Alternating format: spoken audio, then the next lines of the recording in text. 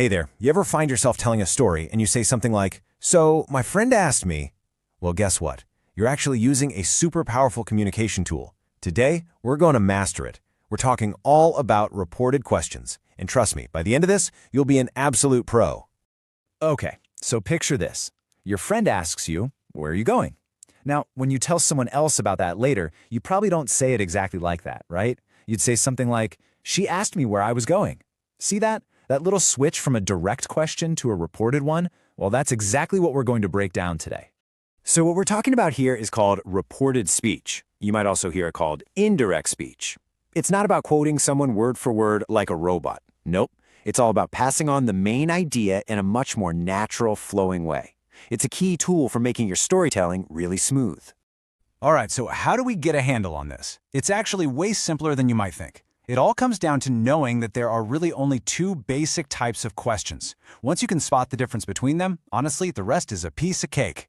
First up, we've got what we call yes-no questions. And yeah, the name says it all. The answer is just a simple yes or no. You know, like, are you hungry? Or did you see that? Super simple. And then, on the other side, we have WH questions. These are the ones that ask for more information. They start with words like what, where, when, who, why, and, of course, how. Okay, so how do we report these yes/no questions? It's all about one little magic word, if. Or whether, you can use that too. So a question like, "Are you tired?" becomes, "She asked if I was tired." Or, "Do you like coffee?" turns into, "He asked if I liked coffee." See what's happening?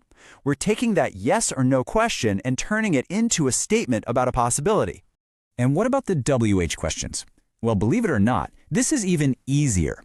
All you do is keep the original question word. So, "Where do you live?" becomes, "She asked where I lived." And "What are you doing?" becomes, "He asked what I was doing." You see?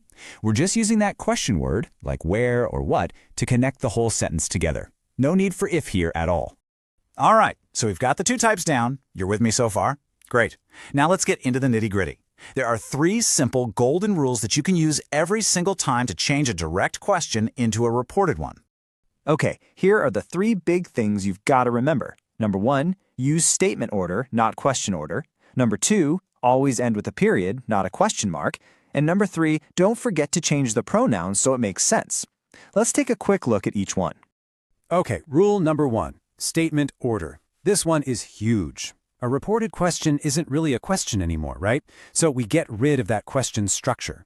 Check this out. The direct question, "Where do you work?" uses that little helper verb, do. But in the reported version, "She asked where I worked," poof, the do is gone. It just becomes a normal statement. Subject, then verb. Rule number 2 is probably the easiest one of all. Since it's not a direct question anymore, you just swap out the question mark for a simple period. That's it. Done. And finally, rule number 3 is all about perspective. You've got to change the pronouns so they match who's talking now. Think about it. If someone asks you a question when you tell the story later, that you has to become I. It's just about making sure the sentence is accurate from your new point of view. Okay, enough with the theory, right? Let's get our hands dirty and actually put this stuff into practice. It's time to test out your new skills. You ready? First one up, do you like football? Okay, take a second, think about it. First off, what kind of question is this? That's your first clue. And what's that key word we need to use? And the answer is, he asked if I liked football. Did you get it? It's a yes-no question, so we bring in our magic word if. We also ditched the do and changed you to I. Perfect. All right, let's try another one. Where do you live? Okay, same deal. First, figure out the question type. That's going to tell you exactly how to start things off. You got it. It's "She asked where I lived." It's a WH question, so we just keep the word where. Then we drop that helper verb do and switch you to I. See that pattern? It's starting to click, right? Okay, last one for practice. When will you arrive?